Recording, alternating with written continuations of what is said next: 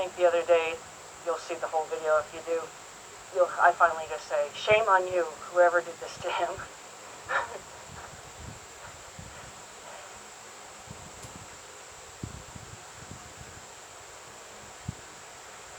This will not be this confused.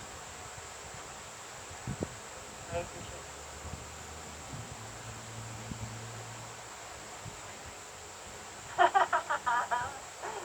Even you got that. She even understood what you were doing.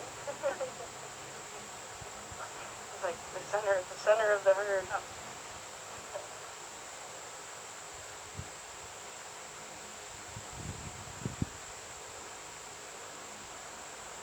So I'm going to step out only because I'll be in the way.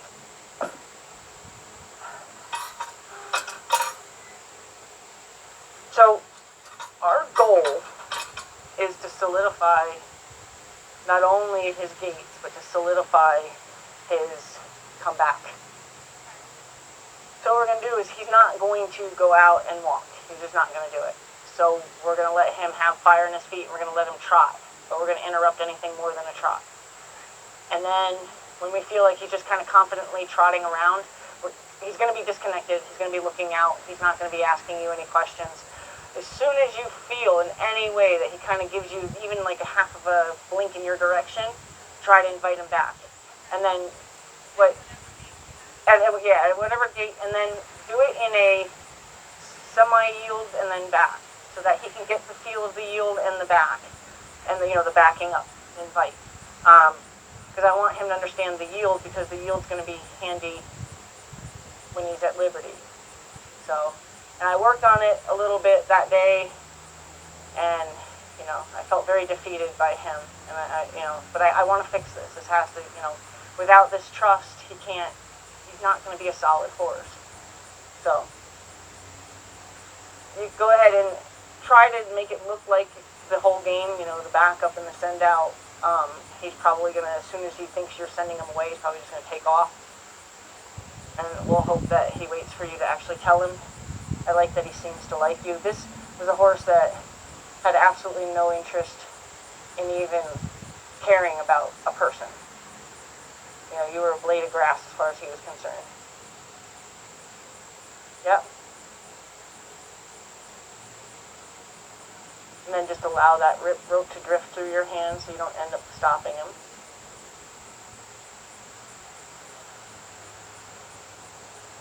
I'm impressed he's walking.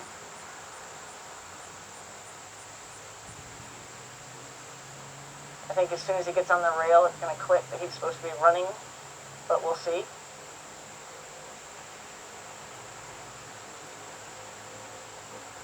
So we're going to take the walk for as long as we can take the walk. So he's that's where he's probably going to pick up the trot next time around. Because he's already saying, ooh, this looks a little bit like the round pen thing. Yeah, no connection. So that trot's probably coming in a second. So did you see how I knew that?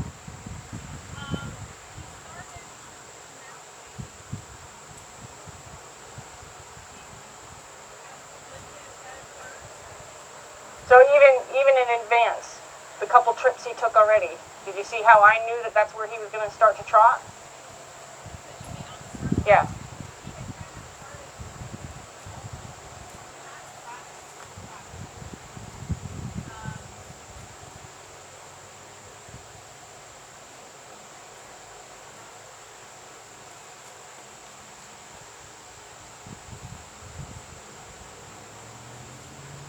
So see how he just gets, somebody taught him just run. And he takes his complete attention off of you, starts working his mouth, flipping his nose in the air. Sad. Beautiful mover. As soon as he gives you even the slightest bit of look, yep, just draw him in, draw him in, draw him in, draw him in, yep, draw him in, draw him in, draw him in.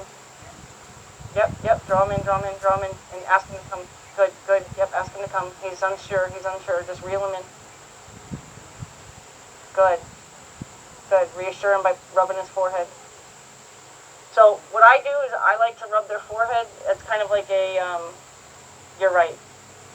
And then usually if they start to believe you, they'll start to lower their head for you when you touch their forehead. And that's kind of like you gave him permission to come off whatever adrenaline he was on, because they can come off with some adrenaline by lowering their head. So it gives them permission to look for that. So that's the first thing you want to do. Is you always want to go for their forehead, and they'll start to ask you to do that. Like they'll start to stand almost stock still, like a statue. Like please, please, please, did I do good? Could you tell me I did good? And if you go for their forehead first, that's the first way of connecting for reassurance. And then you can pet the rest of them, but first go there. And often that's more than they need anyway. Okay, so let's try to get that. Yeah, we might as well just fix it in one direction. I don't think we'll even fix it in this direction, but we'll try. So now in the opportunity to try to even communicate, no, you're wrong. Yeah, just be careful because I didn't know if he was hearing that or not. Somebody had like a tarp flapping in the wind. I didn't want them to blast up on top of you. So always be aware of your surroundings, but not to the point to where you say, hey, you should be scared of that.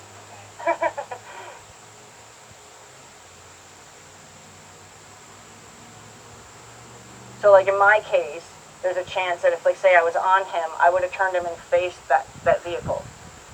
So that way he would have been able to at least see what's making that noise and ascertain whether or not it's something to be very scared of. If I thought it was something he'd still be scared of, I'd get off. So we'll start by backing him up first. We might as well make it to where he really believes that he's doing something specific. Yeah.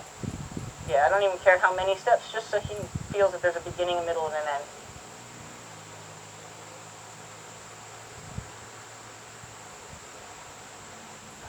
He's like, please touch my head. Please tell me I did a good job. I like that his ears are being fairly quiet. Normally they go forward, back, independently crazy. So, what I was getting ready to say, but he already started the trot. So he's working his mouth, so he's already decided that he's disconnected. But if you pick up on his pattern in advance, so last time he had a pattern of that first panel, what I would try to do in that case is try to offer him a little reassurance that he doesn't need to trot then. Not that I wanted to bring him in, but I would want to tell him, hey, wait, don't think that. You know, interrupt his thought. Yeah, just interrupt his thought so that way he doesn't pick up the trot. So we can try to get away with helping him be right before he makes the mistake. That's like my biggest goal, is to try to help horses not make mistakes so they can always feel very proud of themselves for their accomplishments. The more proud they are of themselves, the more confident they become.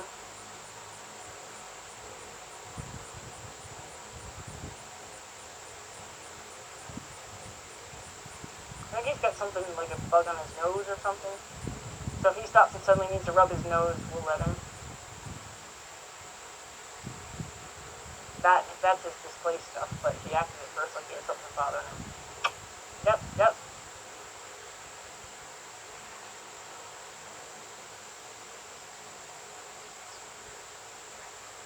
Yeah, he's got a good backup, so be insistent about the backup. Good. Yeah, so we don't want that to get broken. Good.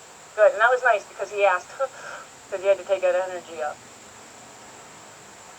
Yep, and you can wait on him until his body makes the act. Good. So that way you didn't tell him, see, some people would see him look the wrong way and they'd get mad at him right away for looking the wrong way, but his body didn't say anything. So that was the right way to handle that.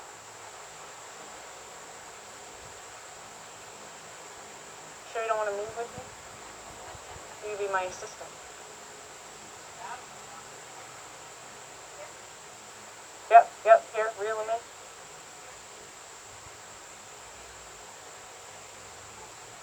So the only other thing I'm going to have you do is I'm going to have you deliberately ask him to stop one stride away from you. So when you're hearing him, then stand up and make him know that that's far enough, I'm coming to you.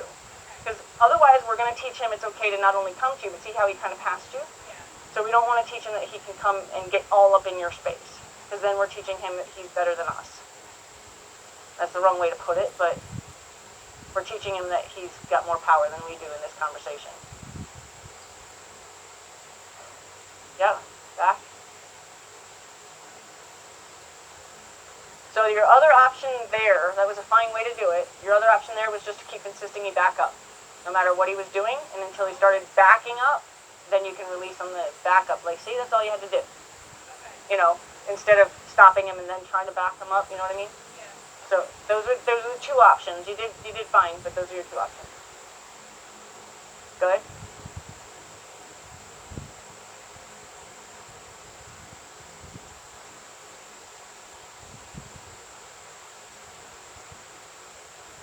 Yeah, right away he starts working his mouth as soon as you send him out.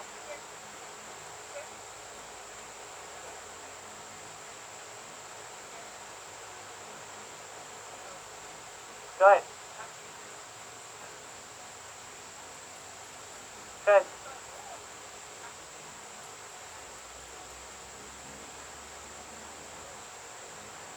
You can get it.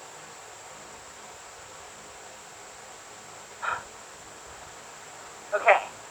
So now I'm going to have you actually tack him up.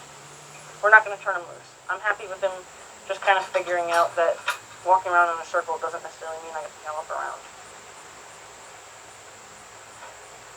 I don't think if we turn him loose, we're going to have good results, is basically what I'm saying. He's not connecting. Yes, you're able to get him back, but through kind of a contact.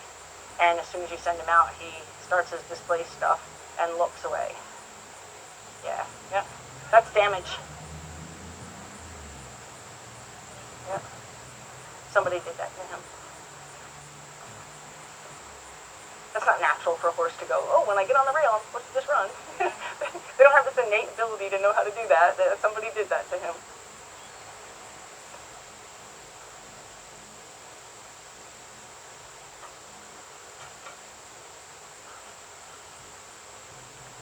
Of course, I left. Man, I gotta stop leaving my stuff places. I left my head stall that has the type of halter that I've been using on him. The bridle, I guess you could say, but he can do it with the halter too. I've done it with just the halter. So I'm gonna have you do it all. Oh, okay. Yeah, so everything from, look at this. Now, yeah, it's fine. It's okay. The more you drop things, the more he realizes that your body language didn't say that was supposed to mean anything. You know, and it's okay to even. Okay, it's okay to even leave it on the ground so that way it doesn't accidentally fall on his butt as you flip the other thing up on it. Yep, so this where his stand stay is imperative. Like that, it's not negotiable.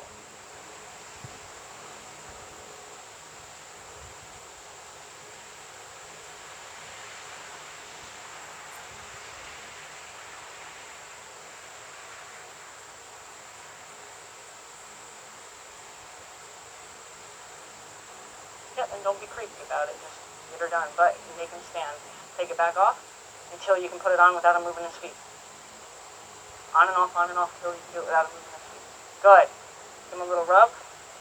Now, the only thing I didn't like there is the arch in his neck. So go ahead and take it back off. Because the arch in his neck was kind of reactive. That, I don't like that. That he got out of it this time. He didn't get out of it last time.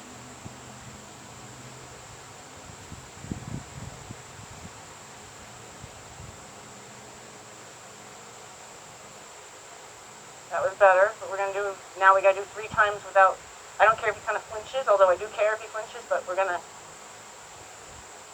nope.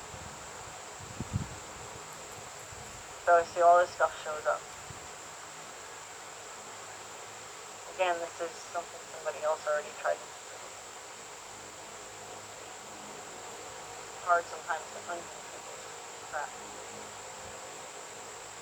So that's one. It's okay that he stepped after, but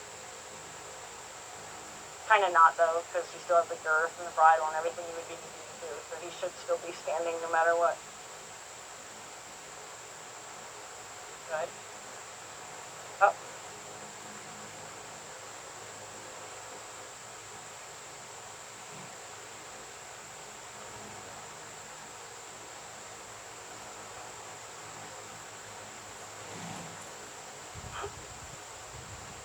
funny. It's sad, but it's funny. It's a funny thing.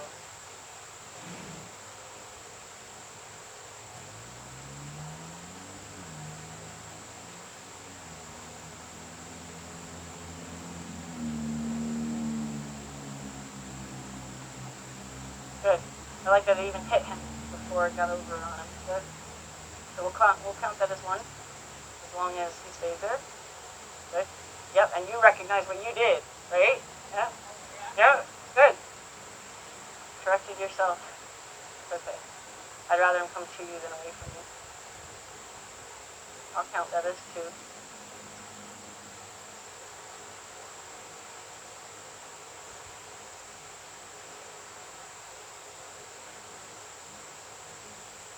Good. Okay, I'll bring the girth to you. He should still be in a stand stay, although I might cause him to move, but... Girth cinch. Sorry if we need a proper term. Okay, so this is going to be the one that knuckles on the other side. Can I get on the other side of him without him moving? So what would have been a better way to be in front of him? Really? Yeah. I swear, that's one of the things I always teach people. Anytime you cross in front of a horse, you put your hand on his nose to let him know you're not supposed to follow him. And then you cross around. Okay. Because otherwise, I expect him to go. But I thought I was, maybe that's why. Maybe I saw you do it. Because, like a dog stay? Yeah, because otherwise her head's on it. Like this. Yeah, so because I expect horses to walk when I walk, so to be fair, say this time no. Okay. Right?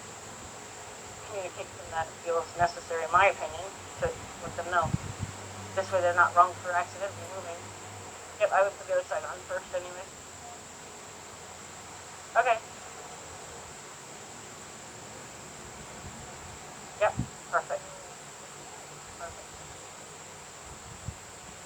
Be careful that you don't accidentally pull on his nose and spin him away by accident. Yep. It goes, yeah, all the way. Not all the way, at least to the second to last one. I'm pretty sure it's all the way. Yeah, no, second to last one.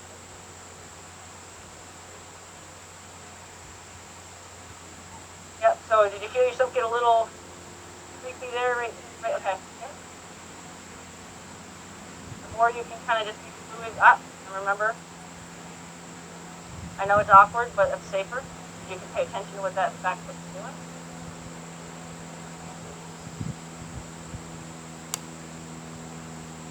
Good habits are just easy to. It's okay. You're lucky you didn't take off. You might even be better draping all that other rope around your arm so it stops being such a tugging and swinging, like driving energy, like he's not responding to it, but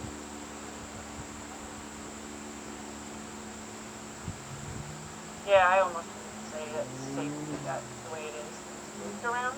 If it was doubled back, I would say it'd be fine. You know, like, or on the ground.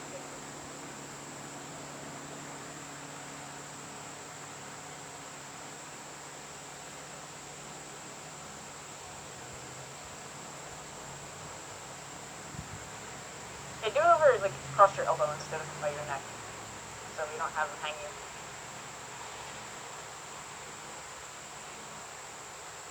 Yeah, that's the idea. He's supposed to be ground tied. So the more you can give him that responsibility, the better anyway. Yeah?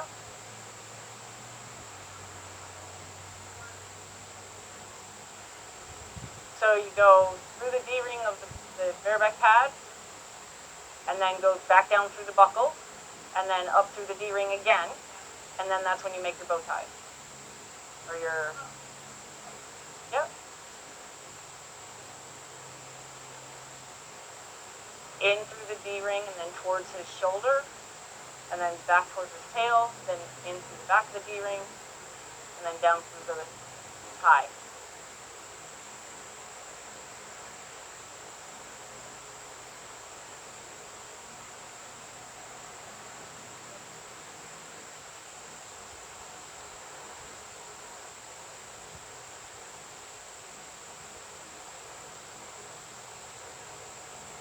I'll check it out. I don't want to get in the way right now because he's being very good.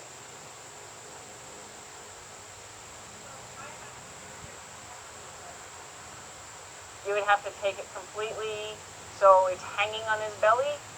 Because you don't want to shift it forward once it's fastened to his body because you'll cause all the fur to move the wrong way.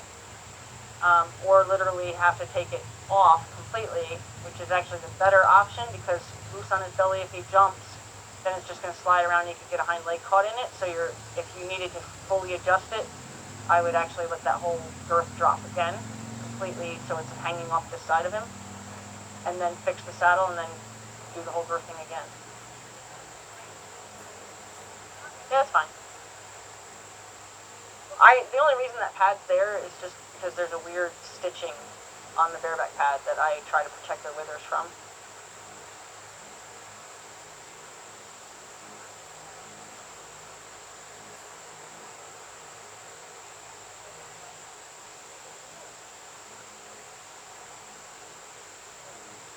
Okay.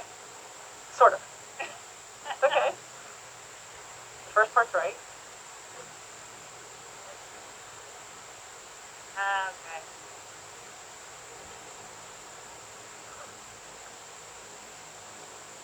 So it looks like a man's tie. Okay. So it doesn't make the tie, it's wrong.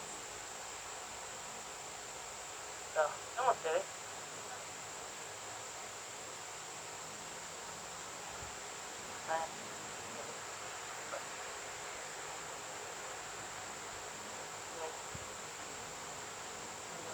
So far you haven't cheating with a new person. A lot of times horses have trouble, from veterinarian experiences or even farrier experiences. Once two people are around. Like, okay, something's up and I know I'm not going to like it. So often when two people come to catch a horse or two people go into a horse's stall, the horse is like, I want no part of that. Nobody makes that connection, yet horses quickly make the connection. Okay. Go ahead for the mounting block.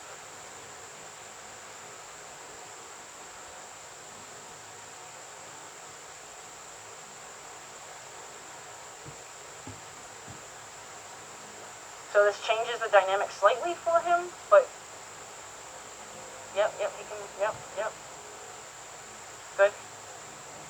Now rub the saddle itself. Yep, we're going to make just noise. Yep.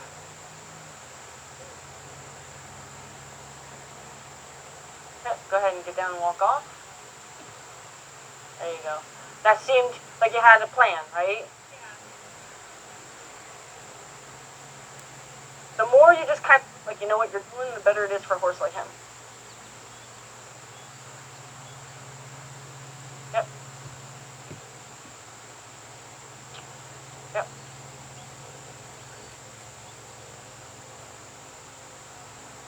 Good boy.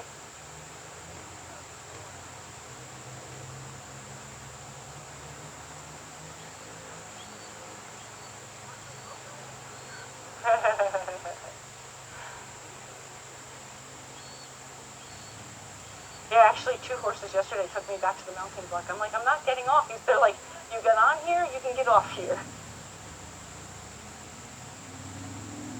And actually, the two horses that did that, people had come to watch yesterday, and they watched both of those sessions, and they, gave them reason to crack up that two horses actually did the same exact thing. Like, you get on here, you get off here.